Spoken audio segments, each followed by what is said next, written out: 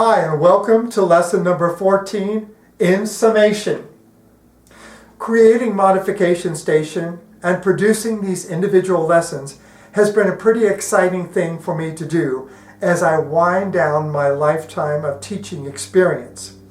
The idea for the series of videos came to me as I was completing my research on UDL, the Universal Design for Learning.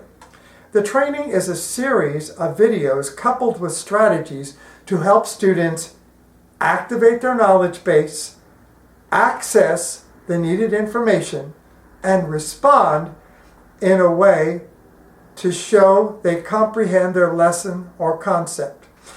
These videos are available through the Texas Education Agency website. A Google search of Universal Design for Learning will also bring you to a lot of other resources.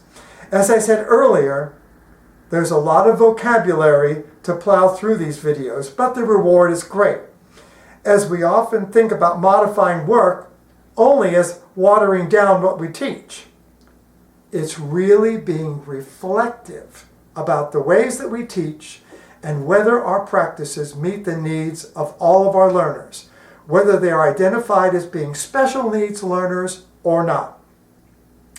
As long as there are writers and readers and new information to teach, there will always be challenges and difficulty comprehending existing vocabulary and new vocabulary as new words are coined every day.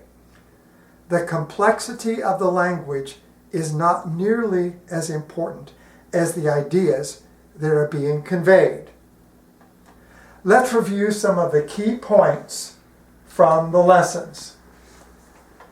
First, you have to know where you are when you're learning how to master a task.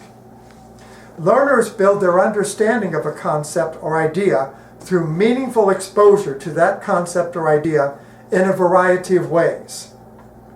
Socratic questioning is a great way to help students solidify their knowledge of a concept or idea. Using metacognitive strategies by thinking out loud with your students so that they see how this process works.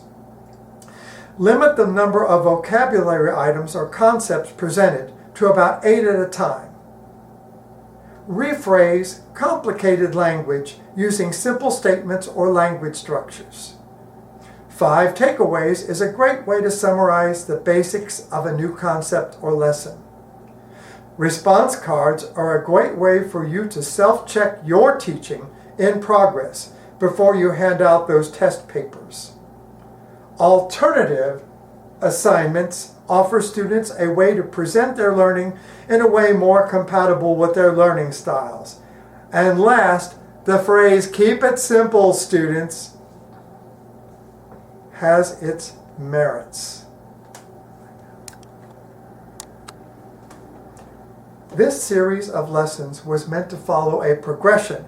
However, I've discussed in teaching that other questions, concerns, or issues can arise, and I will ask you, if you're comfortable doing so, to email me with ideas, questions, or concerns you might have about these presentations, or to request other topics that you think you might be interested in as you move through modifying work for your children.